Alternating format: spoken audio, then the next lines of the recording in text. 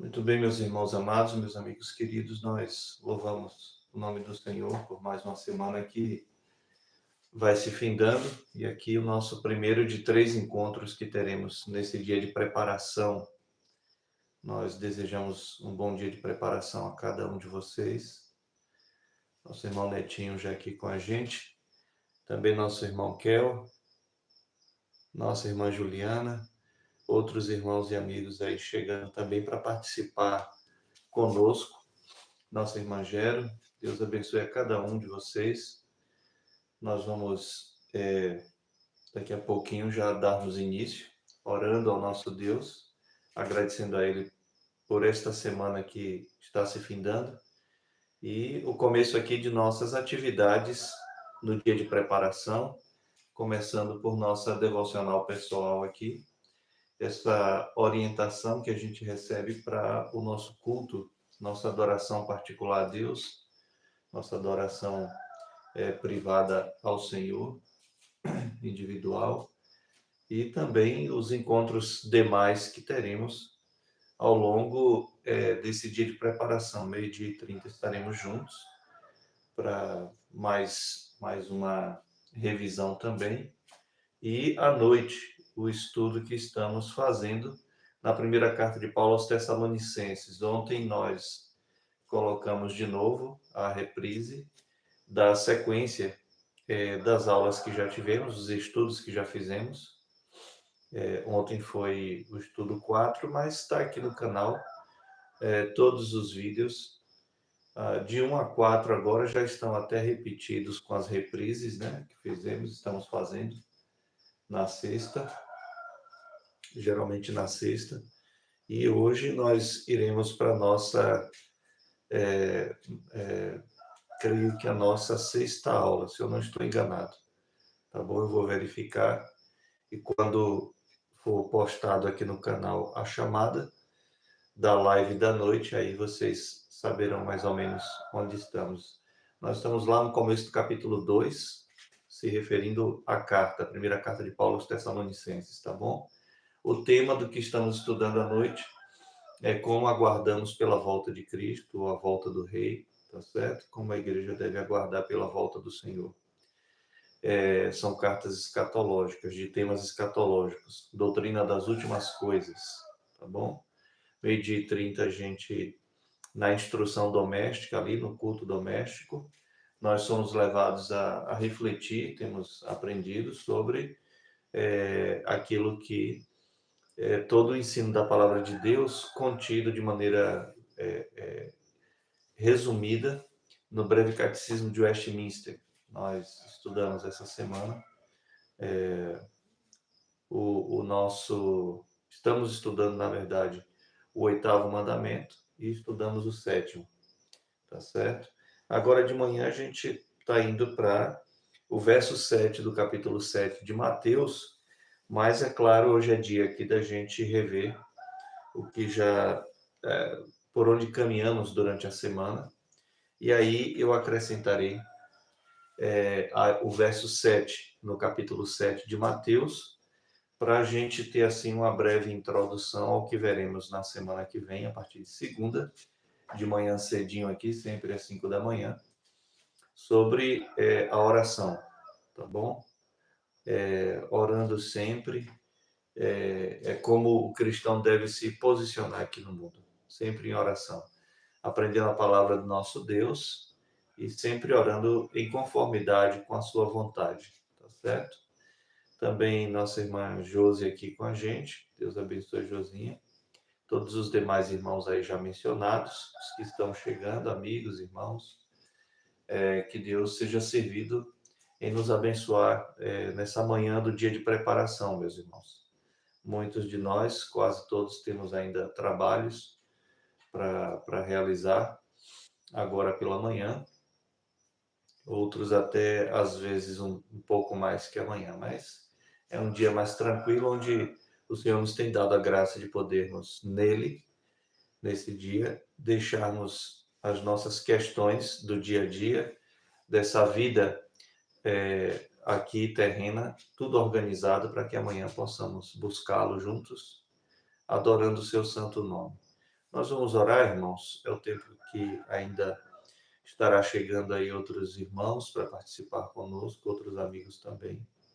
Somos pouquinhos aqui agora cedinho, então vamos orar e vamos aguardar no Senhor que Ele traga seus filhos e todos aqueles que Ele deseja que estejam conosco aqui nessa manhã, para, em adoração ao seu nome, aprender também dele. Vamos orar.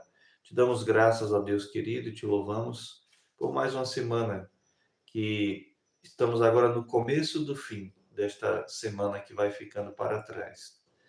Nesse dia de preparação que já nos é anunciado, que vem chegando por aí, que o Senhor traga com este novo dia as tuas bênçãos na nossa vida, Senhor.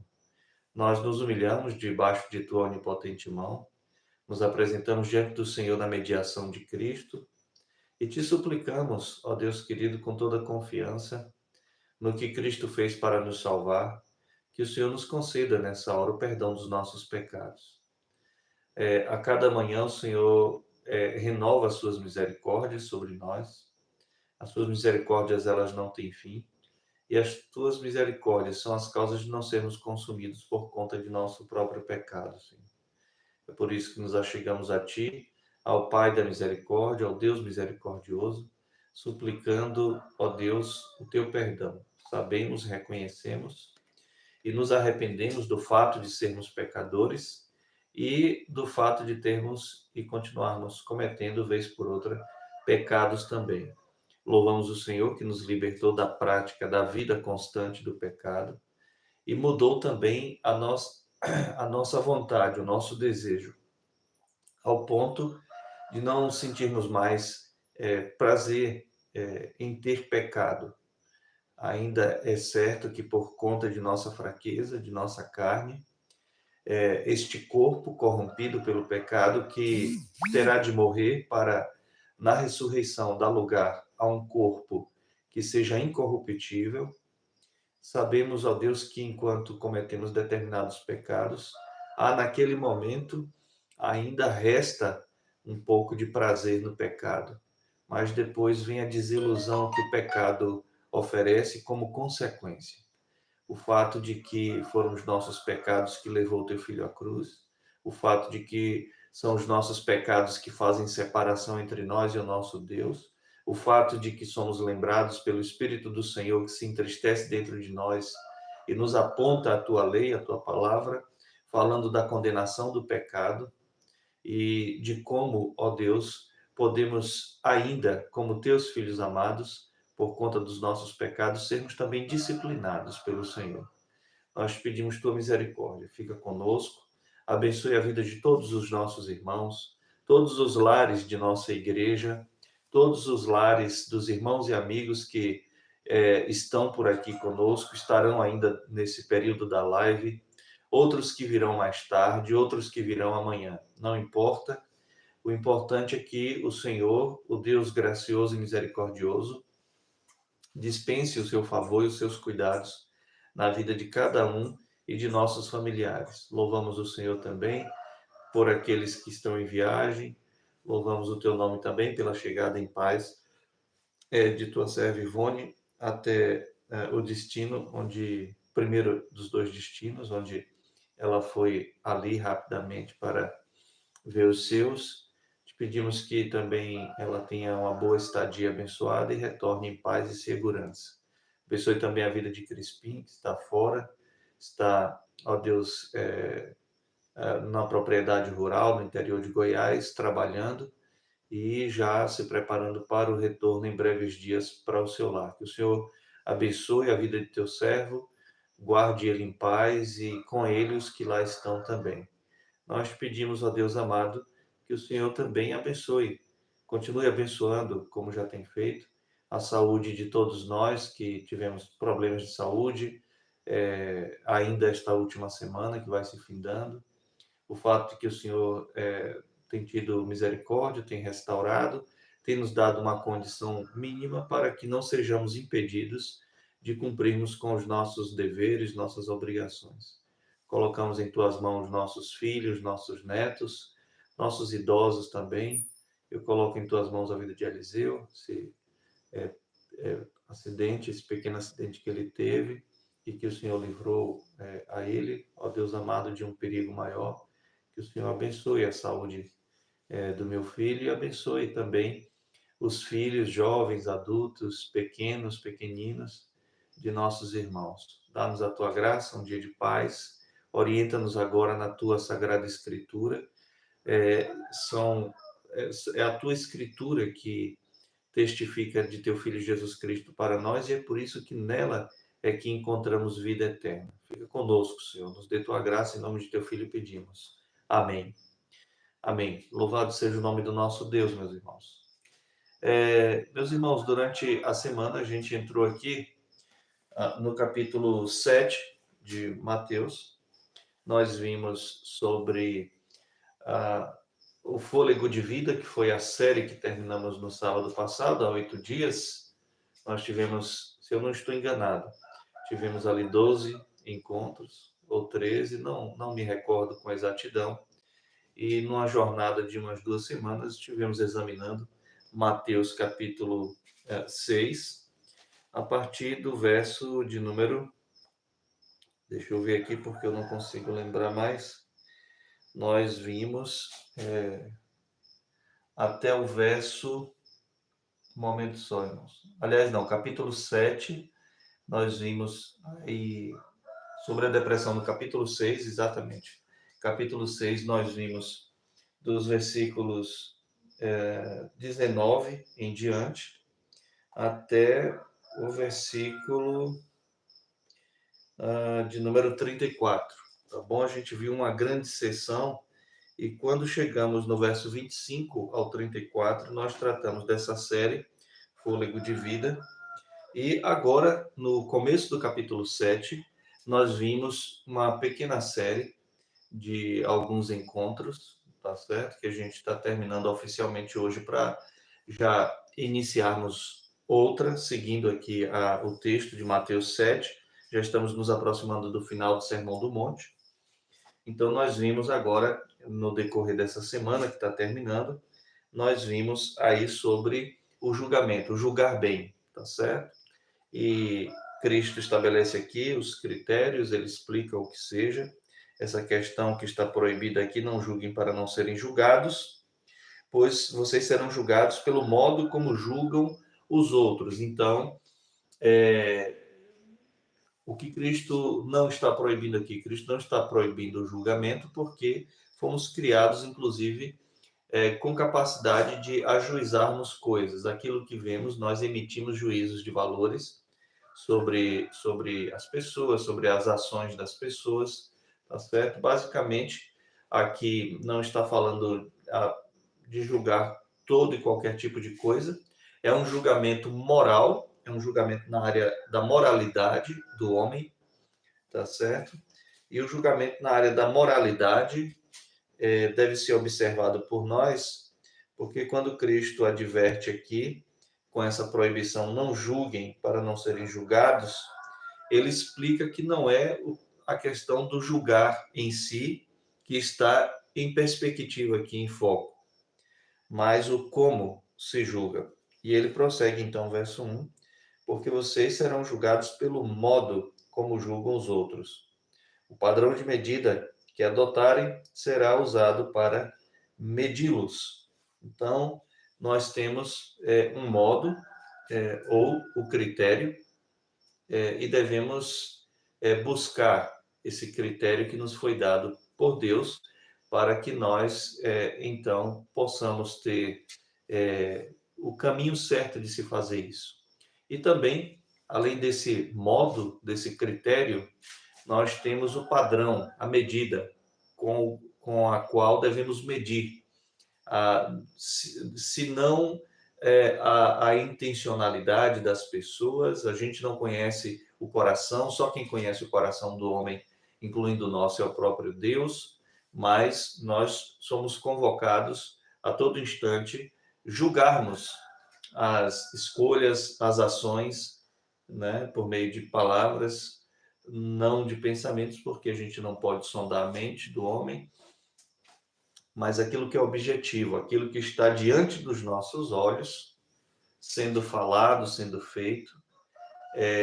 Por óbvio que, ao observar qualquer pessoa, da mais simples, da menos elaborada, até a pessoa mais estudada, ela ao se deparar com as ações alheias, ela fará um juízo, tá certo? Ela fará um juízo.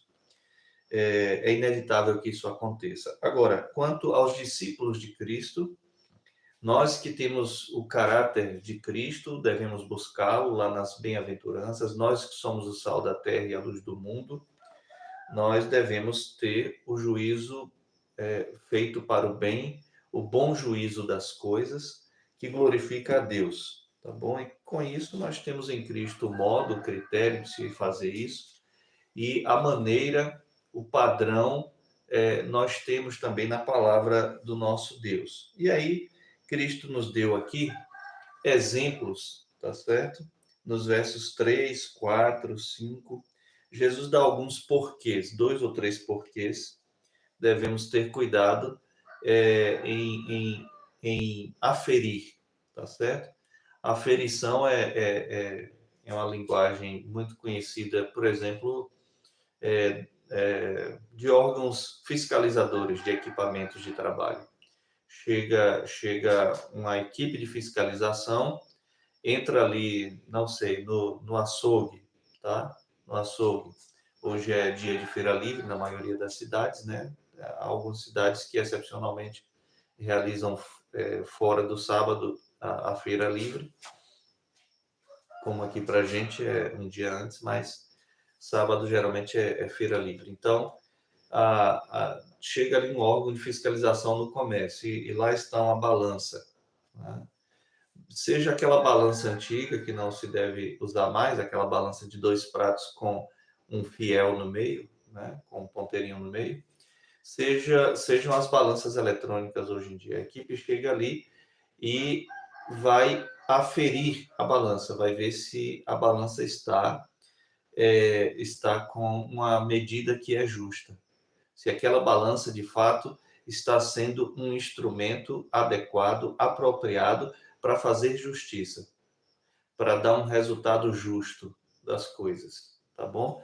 Então nós devemos fazer essa aferição todos os dias na nossa vida. E como é que a gente faz essa aferição para sabermos se estamos nos apropriando corretamente do padrão, que é a maneira, do critério, que é o modo de julgar, porque como julgamos, seremos também julgados. Cristo, ele vai nos ensinar, tá bom? Aqui, por meio desses exemplos também, 2 conceitos. O conceito de consciência de si mesmo, que já começa aqui, nos versos 1 e 2, que a gente está aqui terminando, passando por eles, mas também o discernimento. Então, o conhecimento de nós mesmos, à luz da palavra de Deus, tá? Qual é a maneira correta, única, verdadeira e segura de que eu conheça a mim mesmo, né?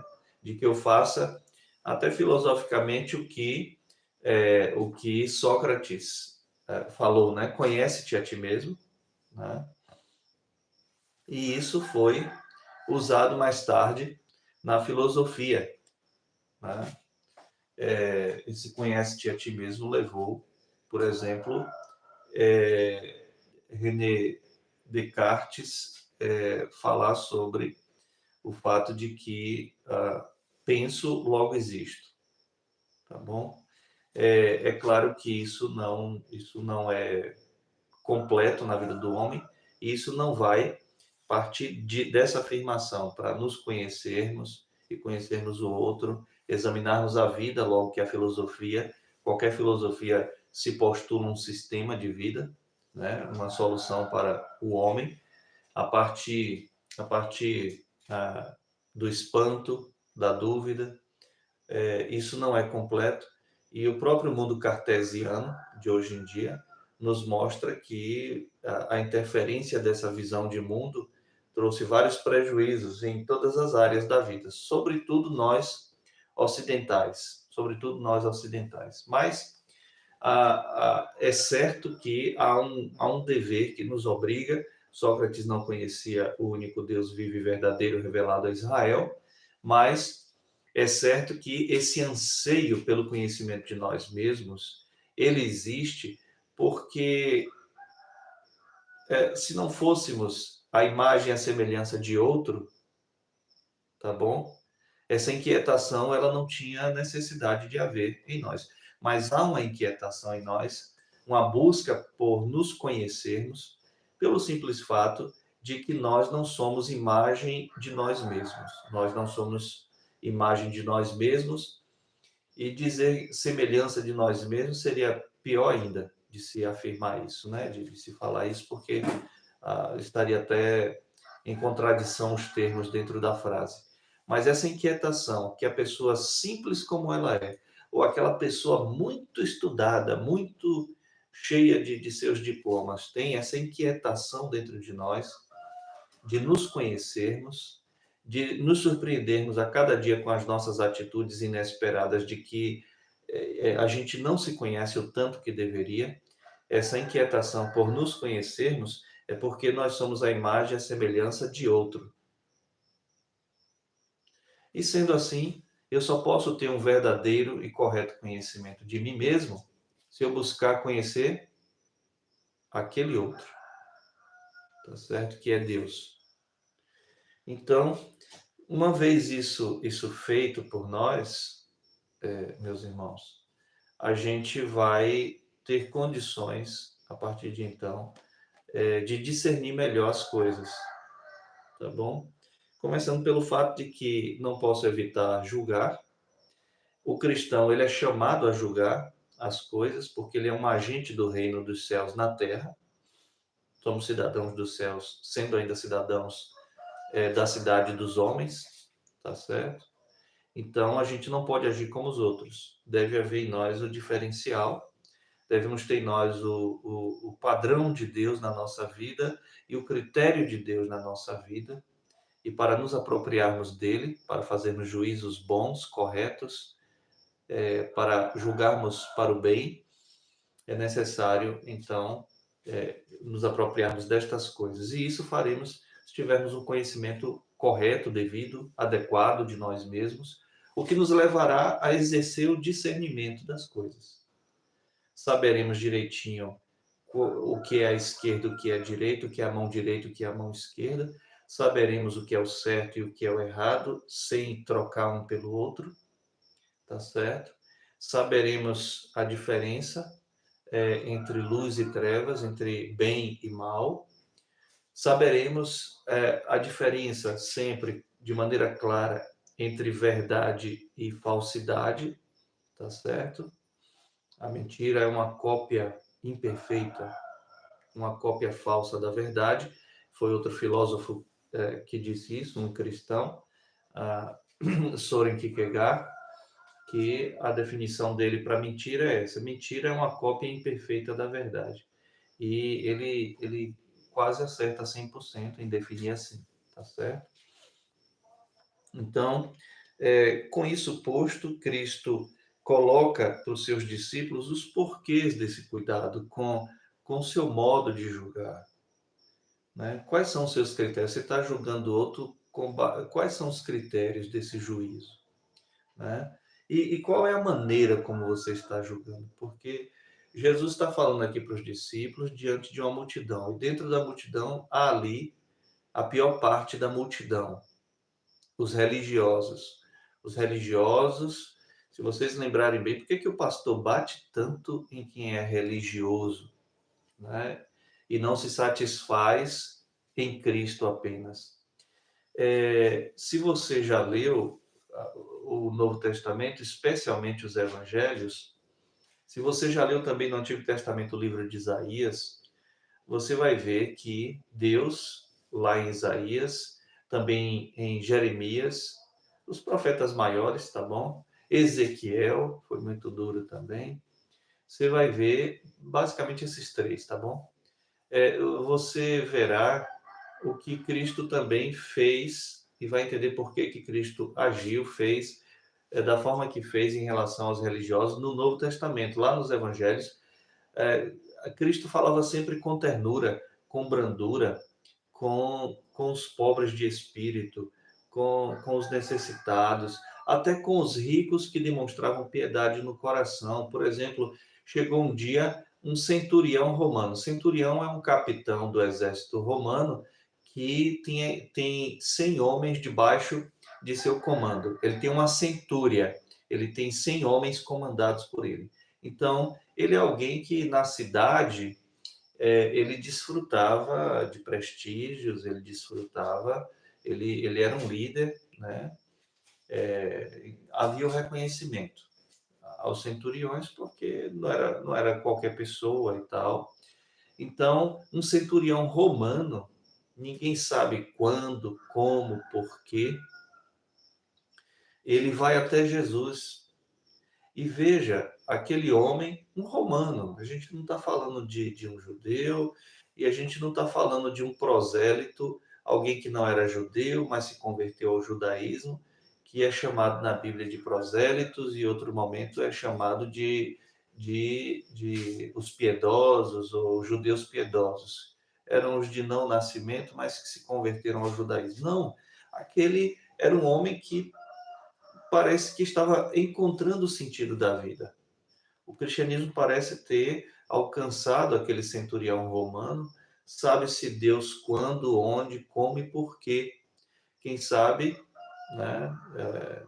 Ninguém é capaz de poder determinar exatamente o que levou aquele homem até Cristo e enxergar que Cristo é a imagem do Deus invisível, o herdeiro de todas as coisas, o Senhor da vida. E aquele centurião, veja, além da atitude humilde de um soldado romano, para se chegar a ser centurião, ele, meus irmãos, não foi apenas para a Academia das Agulhas Negras, como a gente tem aqui. O menino vai com 14, 15, 16 anos, a gente bota no Exército Marinho ou Aeronáutica, e o menino termina o ensino médio, vira cadete, não vai ralar, não vai para a guerra, não vai para a parte mais bruta da formação militar, e termina o ensino médio, ele já entra para fazer o curso superior em alguma escola especializada de nossas forças, como, por exemplo, o Exército tem a Academia Militar das Agulhas Negras, a AMAN, né? Ou outras escolas de cadete do ar, né? Como a aeronáutica, ou esqueci aqui a escola de superior de formação de oficiais na Marinha, mas o fato é que um centurião ele tinha que ter realmente estudos, isso não era naquele tempo tão organizado, mas ele tinha que estudar estratégias militares, ele conhecia as estratégias militares, porque ele estudou, foi a formação acadêmica dele, foi dentro da área dele, e além disso, para se chegar a ser um centurião, tinha que ser tinha que ser um oficial que merecesse, tá? Ele tinha que ter o mérito de ser um soldado bravo em combate, com conquistas, com certo número de resultados, de êxitos em combate.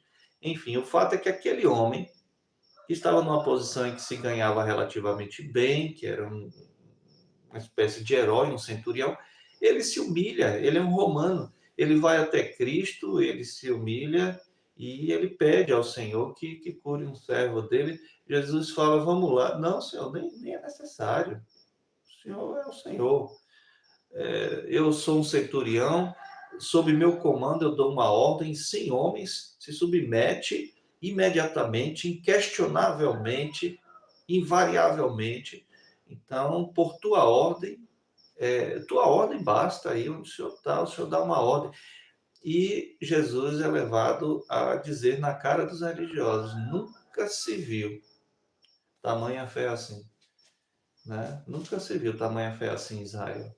Então, Jesus, ele tinha uma palavra que era sempre dura, não para com estes outros, né? Mas para com os religiosos. Jesus manda na face dos fariseus, em algum momento, os discípulos se precaverem do fermento dos fariseus, também Os apóstolos deram essa ordem depois de Pentecostes a convertidos que tivessem cautela com o fermento dos fariseus, se eu não estou enganado, Atos 2, depois do sermão de Pedro, né? Então, essa postura dura, combativa de Cristo, a essa religiosidade, esse religiosismo na vida das pessoas, que é demonstrado não por uma vida de prática piedosa, sincera, diante de Deus e dos homens, mas através do legalismo, a letra da lei, a lei pela lei, né? Esse moralismo de julgar as pessoas olhando para elas por cima dos ombros, por cima dos óculos, né? Esse ar de superioridade moralista que os religiosos exercem contra as pessoas, né? O cerimonialismo para tudo, tudo tem que ter um cerimonial, né? E chega ao ponto hoje de muitos construindo sua própria religião no coração, terem práticas semelhantes às práticas dos pagãos nos seus modelos de religiões, que nada tem que ver com o nosso Deus. Tudo isso são advertências que, de certa forma, podem ser derivadas desse texto que nós vimos durante essa semana, meus irmãos.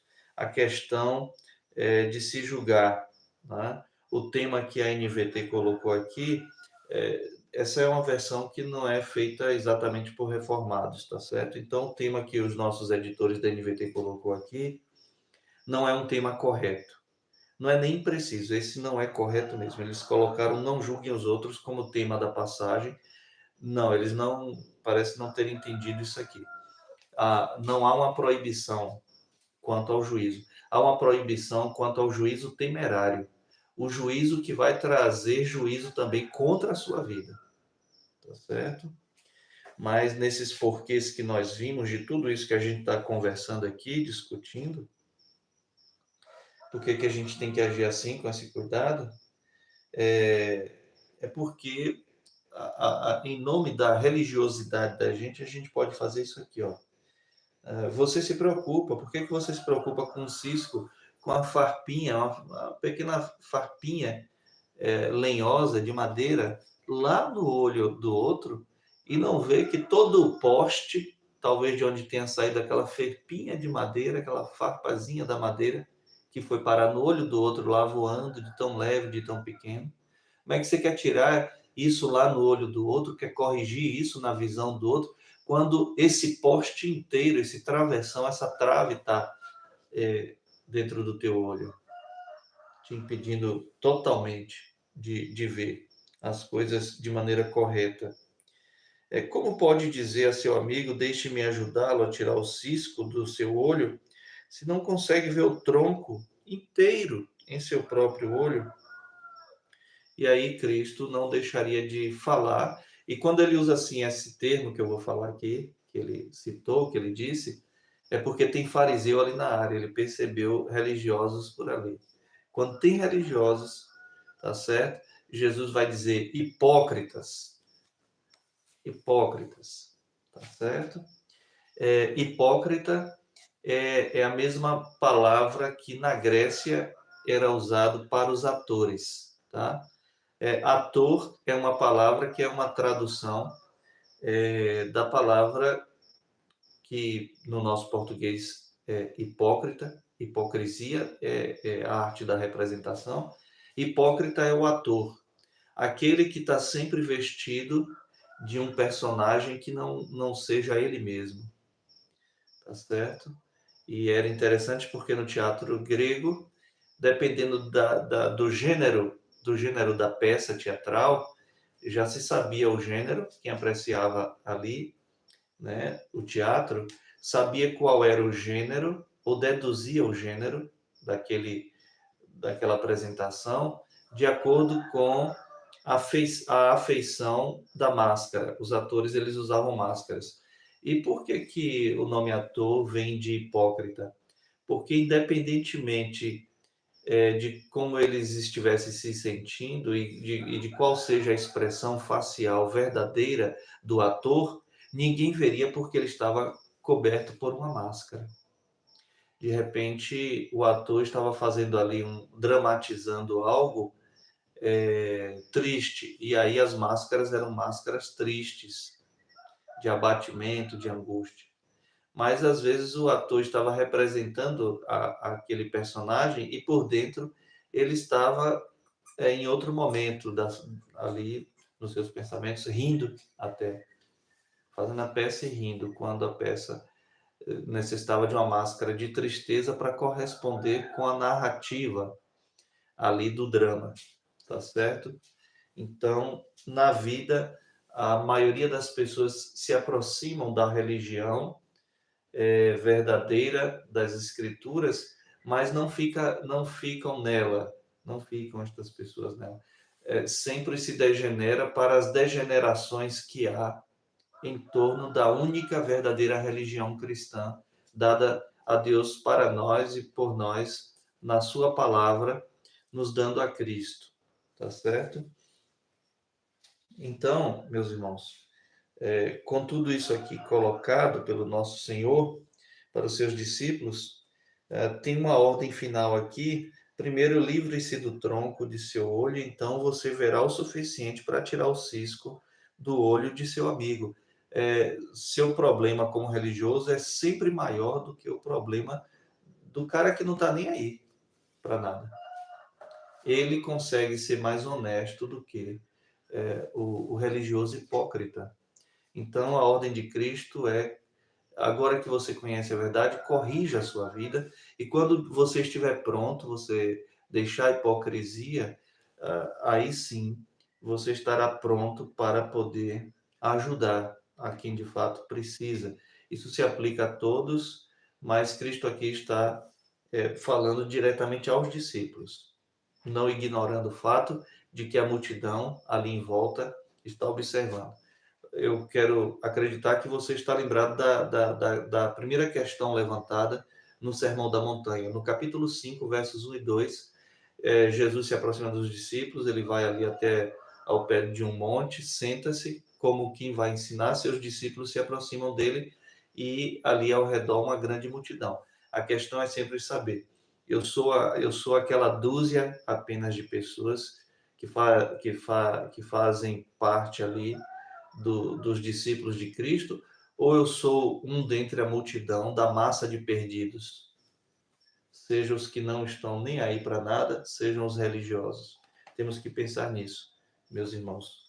Temos que nos questionar acerca disso. Então, ontem nós vimos onde isso desembocou, tá certo? Porque a necessidade de discernimento das coisas, o que é verdade e falsidade, o que é o certo e o que é o errado, o que é bem e o que é mal, o que é trevas e o que é luz, tá bom? Que é o que ninguém está discernindo, porque não tem o padrão e não tem o critério. Está aí o mundo evangélico. É só aberração. É só aberração nesses podcasts, é só aberração nesses congressos, é só aberração. Está aí grandes denominações que nos dias de hoje não consegue mais negar que não é uma denominação cristã, uma igreja cristã, tá certo? Mas é uma seita gnóstica, é um movimento gnóstico. Tá aí os escândalos, né? Seus líderes sendo presos, tá aí uma bagaceira, tá certo? E isso vai chegar a outras grandes denominações do Brasil, tá certo? Essas questões a gente já vem alertando há muito tempo no ministério da gente, na nossa vida, apanhando até dos nossos nas igrejas onde fui pastor por falar certas coisas, mas está aí o resultado, né? Denominações que até pouco tempo a gente forçava ainda a barra para achar que era sério a coisa e tal. Nunca foi, não é cristianismo, tá certo? E mesmo aquelas igrejas, porque isso já chegou no mundo neopentecostal, depois no mundo agora pentecostal, igrejas históricas pentecostais. Seus líderes estão indo presos, está se descobrindo um monte de coisa. Isso vai começar a chegar agora, dentro de não muito tempo, tá certo? As denominações históricas. Você que é membro de uma denominação cristã histórica, aqui no Brasil, fique atento. E cuidado na hora que você for usar sua boquinha para falar, não é a perseguição contra a igreja. Pode até ser que seja perseguição, a questão é se é por causa de Cristo ou se é por causa dos maus feitos, tá bom? Se é por causa dos maus feitos. É claro que a gente não pode falar tudo que a gente sabe, porque pesará a responsabilidade de ser chamado para dar provas disso, tá? E talvez, quem saiba, a gente tenha até algumas provas de algumas coisas, e aí fica a dúvida, tá bom? Se temos ou não. A questão é que não há nada errado que permaneça encoberto a vida toda, gente. É a palavra de Deus quem diz isso. Uma hora as coisas aparecerão, tá bom? Não fica assim para todos sempre. Então, meus irmãos, a gente tem que ter cuidado com o procedimento. Quem pensa estar de pé tem que ter cuidado para que não caia. E Jesus, quando ensina sobre o julgar bem, é porque ele está falando para discípulos. E os seus discípulos é a sua igreja. E a sua igreja é a grande comissão que leva o evangelho a todo mundo. E é por isso que devemos ter uma vida sempre de avaliação de nós mesmos, buscarmos um verdadeiro conhecimento de nós, conhecendo o outro do qual somos a sua imagem e semelhança.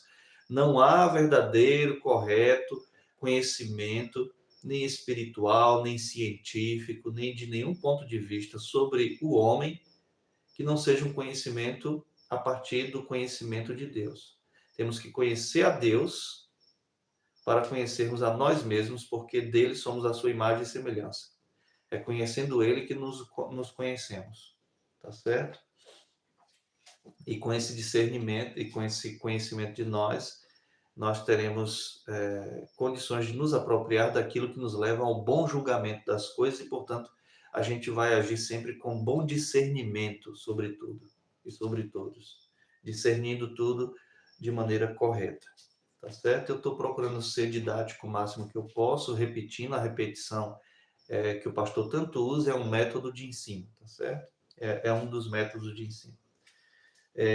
E aí, o verso 6 diz: não deem o que é santo aos cães, e nem joguem pérolas aos porcos, pois os porcos pisotearão as pérolas e os cães se voltarão contra vocês e os atacarão. Eu expliquei contextualmente, historicamente, essa questão. Os cachorros, nessa época e nesse lugar, eles não eram domesticados. Os cachorros foram domesticados há poucos séculos, tá certo? Há bem pouco tempo os cachorros se tornaram animais domésticos, mas a maior parte do tempo os cachorros eles eram animais errantes, perigosos, que se aproximavam do homem por causa dos cheiros de comida ou até mesmo para devorar homens. Como até hoje nós temos alcateias de lobos, né? Nós temos coiotes, nós temos alguns caninos na natureza, que são animais não domesticados. São certos tipos, a grosso modo aqui, grosso modo falando, melhor dizendo, são certos tipos de cachorros. A gente olha assim, que cachorro feio, que cachorro esquisito. Não é bem um cachorro, é um canino também, como o cachorro é um canino. E os cachorros, eles nem sempre foram animais dóceis como hoje. Eles eram animais que atacavam, tá certo? E os porcos, hoje em dia a gente vê uma certa segurança sanitária, porque a gente cria porcos para comer. Então, a sanidade do criatório do porco melhorou substancialmente. Tanto é que a gente não cria mais porco em pocilga, cria em granja, em baias lavadas ou em cama seca que é trocada, enfim. Há um cuidado sanitário porque a carne do porco é muito perigosa e por isso, era proibida ao povo para evitar doenças lá no passado.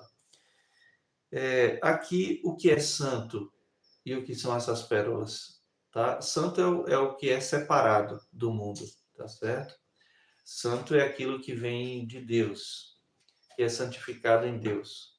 Então, o Evangelho de Deus é essa santa mensagem, são as santas boas novas de salvação do homem por meio de seu santo filho Jesus, tá bom? Então, o que é santo aqui se refere ao Evangelho. E a gente tem certeza disso porque ao que o Evangelho pode ser comparado foi como Jesus começou uma de suas parábolas. Aí ele contou a história, comparado o valor do Evangelho, né, a um homem que, tendo encontrado uma pérola de grande valor, vendeu tudo que tinha para adquiri-la. Então, é necessário que abramos mão do mundo para termos a Cristo, tá certo? Paulo coloca isso de uma maneira sem igual para os crentes na cidade de Filipos, tá bom? Paulo fala de suas credenciais passadas, suas formações, seus diplomas, suas carreiras, e depois ele fala que tudo isto ele considerou como esterco, como rejeito, como dejeto, por causa da sublimidade de, em troca disso, pertencer a Cristo e Cristo pertencê-lo, ser de Cristo e ter a Cristo.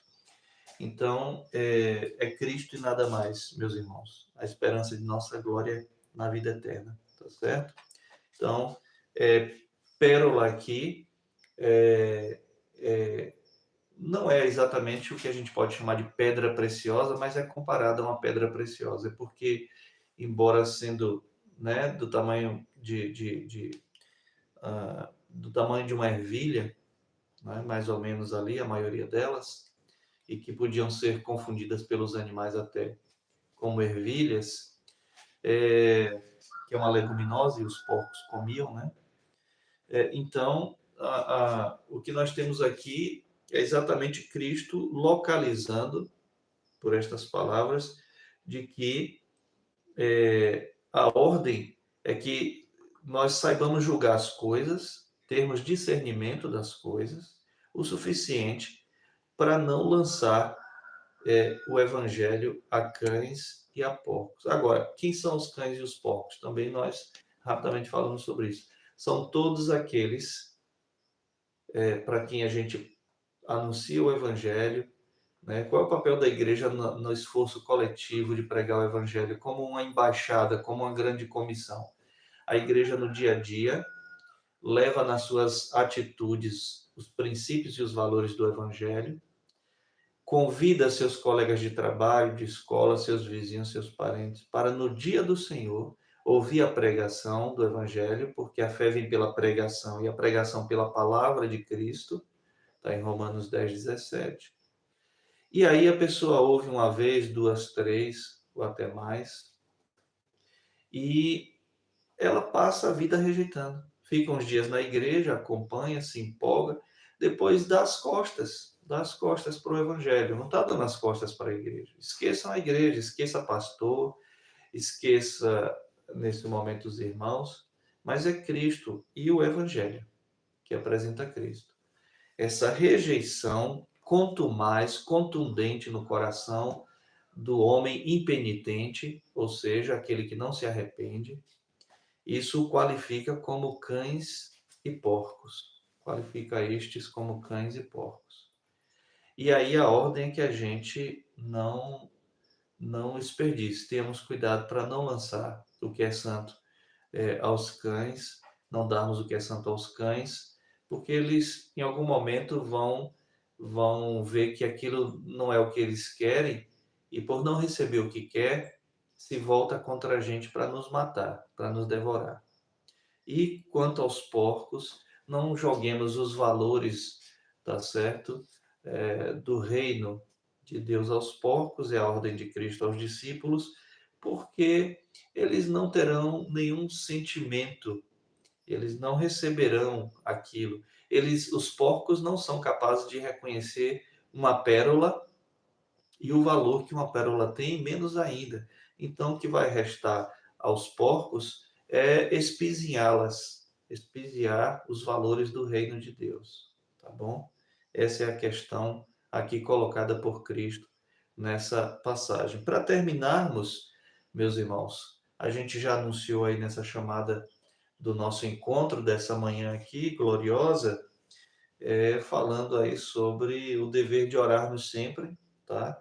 Essa sessão pequenina aí, que nós veremos logo de introdução, aí os versos 7, 8, 9, verso 10, o verso 11. A gente tem aí essa introdução sobre o dever de sempre orarmos, até chegarmos no verso 12, que também é um verso isolado, como o verso 6 que vimos, né?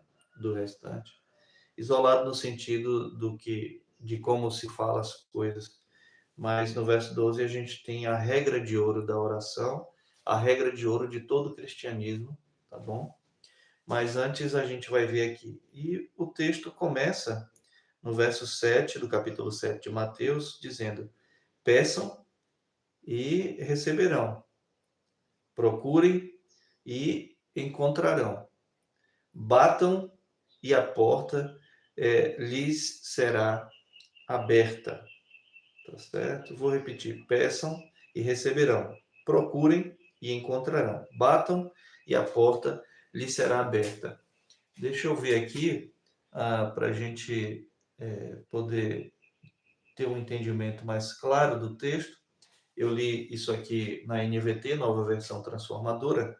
Aqui na NAA, a Nova Almeida Atualizada, diz assim: peçam e lhes será dado, busquem e acharão, batam e a porta será aberta para vocês. E na NVI, Nova Versão Internacional, diz assim: peçam e lhes será dado, busquem e encontrarão, batam e a porta lhes será aberta. Tá? A NVI aqui tem um pouco das duas outras versões que nós lemos, na semelhança, tá? Porque a NVI foi composta antes da NVT. Mas o fato é que todas concordam, as melhores versões elas sempre estarão em acordo, mesmo usando ali palavras que, na hora de decidir a tradução, a equipe decide por algo ali, tá certo? Que seja, na visão da equipe, mais apropriado para a tradução, mas o resultado, perdão, o resultado acaba sendo o mesmo, tá certo? Do que está falando? Está falando da oração. E se é oração, quem é que pede? Somos nós quem pedimos. E a quem pedimos? A Deus o Pai. A gente já passou lá no capítulo 6, uma boa parte do capítulo 6 é a instrução de Cristo aos seus discípulos sobre como devemos orar, tá? É por isso que ali não é uma reza, não é para virar uma chatice nos ouvidos de Deus, não é para irritar a Deus, ficar repetindo sem sentido, tá certo? Porque aí você, se é para rezar e não orar, então a gente pode orar uma vez só, gravar a oração e deixar ela repetindo no gravador. Ou então a gente quer um pouco de vida nessa reza, a gente ensina o papagaio a fazê-la. E aí ele fica repetindo quando a gente quiser. Assim é você com o Pai Nosso, decora as palavras, não sabe todas as palavras, porque são poucas as pessoas que oram o Pai Nosso completamente, ou recitam o Pai Nosso completamente, deixando de fora ali a parte final, o reconhecimento. Por que que devemos orar ao Deus Trino? Né? Porque dele é o reino, o poder e a glória para sempre. Né? Isso é deixado de fora por quase todas as pessoas, só a minoria de protestantes tem consciência ali, mais ou menos, do que ali está e do porquê devemos nunca deixar de fora, porque Cristo nos ensinou como contendo. Eu sei que há versões, inclusive, o próprio texto de Lucas evita aqui esse final, porque não está no conjunto de cópias majoritário.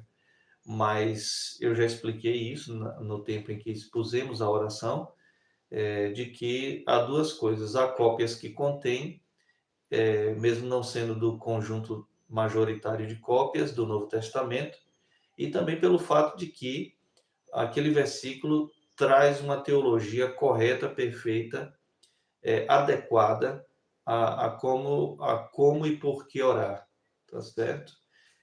Dito isto, meus irmãos, a oração aqui e o dever de orarmos sempre é aqui enfatizado, Tá? Por que que foram dadas por Cristo em relação a orarmos nestes termos?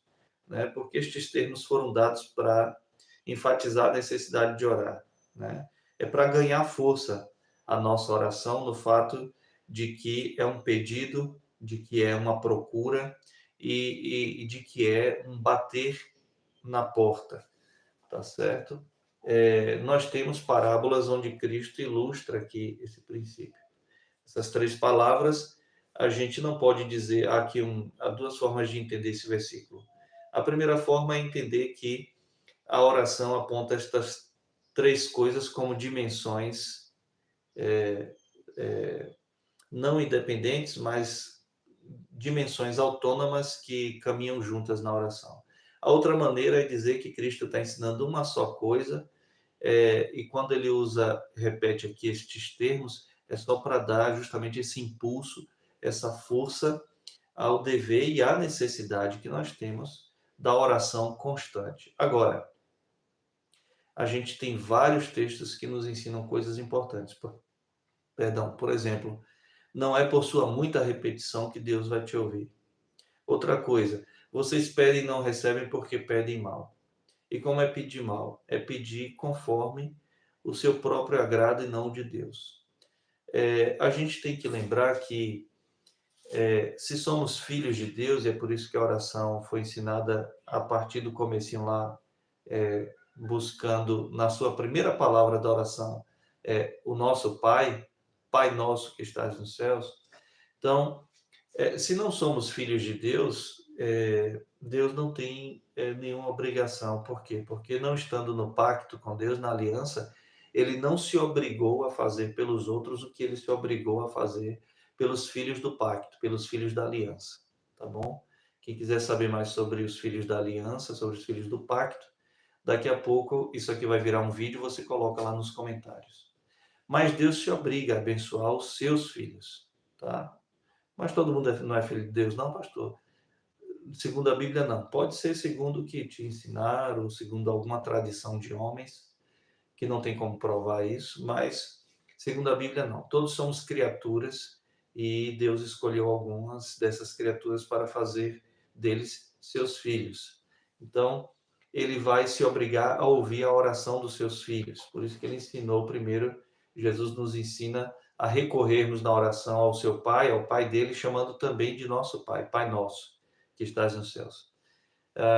A oração, ela, para os filhos de Deus, meus irmãos, a oração em relação aos filhos de Deus, três coisas acontecem aí, tá? Se você quiser tomar nota, três coisas acontecem.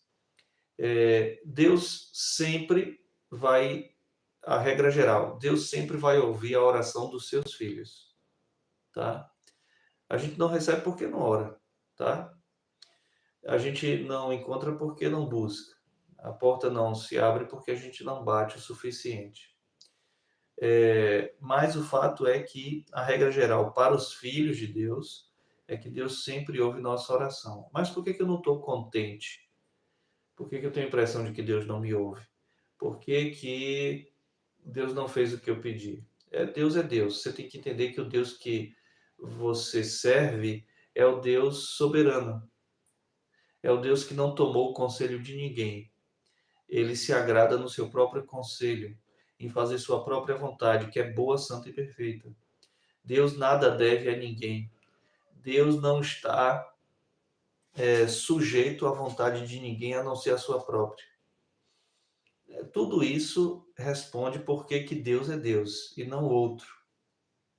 De modo que, na oração dos filhos, Deus sempre vai responder. Agora, tem três coisas aí que a gente precisa observar. Primeiro é que Deus vai responder o que você pede de pronto. Por quê? Como e quando isso acontece? Quando você não deixa de pedir e você está pedindo porque você sabe que é a vontade de Deus.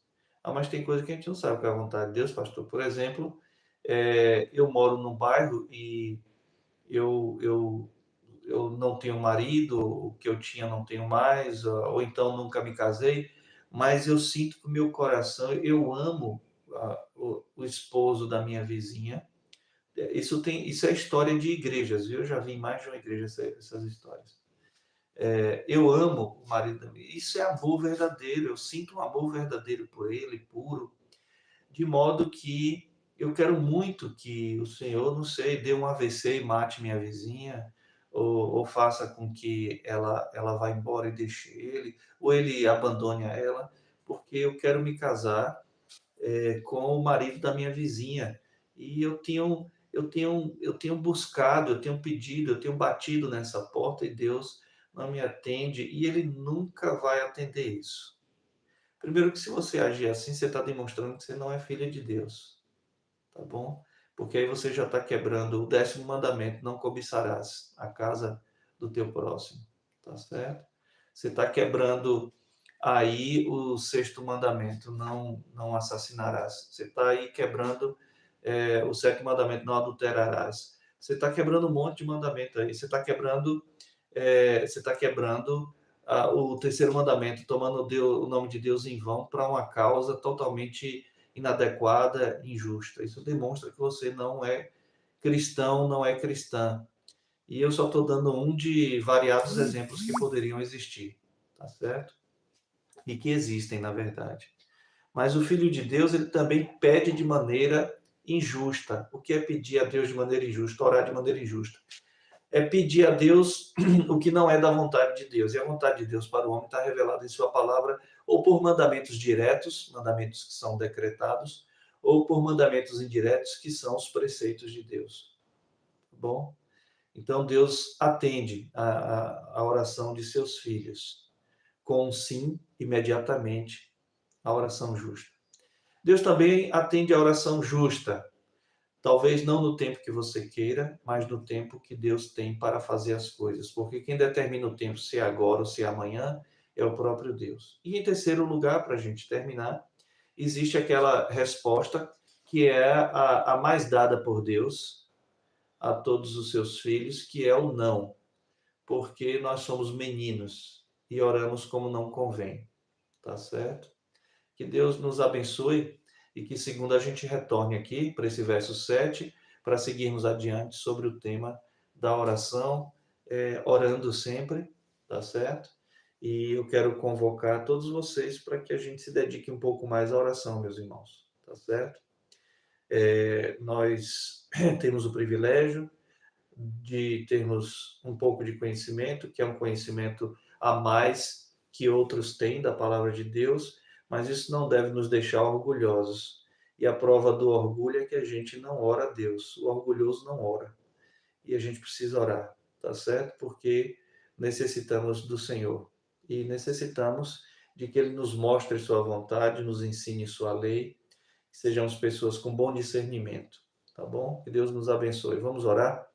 Nós te damos graças, ó Deus querido, por esse dia que daqui a pouco iniciará. Agradecemos por esse finalzinho de madrugada, a oportunidade de estarmos aqui juntos, o privilégio de termos nossos irmãos e amigos nos acompanhando, e pedimos que o Senhor nos perdoe do orgulho e de todos os nossos pecados demais que nos levam para longe da vida, da prática de oração. Nos ajuda, portanto, a começarmos isso agora de manhã, ao término dessa live, que nós possamos nos colocar diante do Senhor, orando ao Senhor, começando a colocar diante do Senhor nossa vida, nossas necessidades, e sabermos, termos o discernimento correto de Tua vontade para nós, para que oremos como convém, para que saibamos o que estamos buscando, procurando e batendo para que se nos abra a porta. Ajuda-nos em tudo, perdoa os nossos pecados, nos dê um dia de preparação em paz na Tua presença. Em nome de Teu Filho pedimos. Amém. Deus abençoe, meus irmãos, a cada um de vocês e a todos que também chegarão aí amanhã, mais tarde ou amanhã ou qualquer outro momento para conferir aqui essa live. Eu peço que você que não está inscrito se inscreva. Peço ainda também aqui, carinhosamente e respeitosamente, que todos vocês, tá bom? Amigos, irmãos, os já inscritos, os que vão se inscrever aí, compartilha esse vídeo, tá certo? Não aqui agora, não é necessário aqui agora, mas eu já vou transformar ele num vídeo, tá certo? e ele vai ser entregue para mais pessoas se você curtir o vídeo, se você comentar e se você compartilhar. Isso impulsiona aqui nos primeiros 10 minutos, 20 minutos no máximo. Isso dá uma impulsão no vídeo para que ele seja entregue mais longe a mais pessoas. Deus vos abençoe.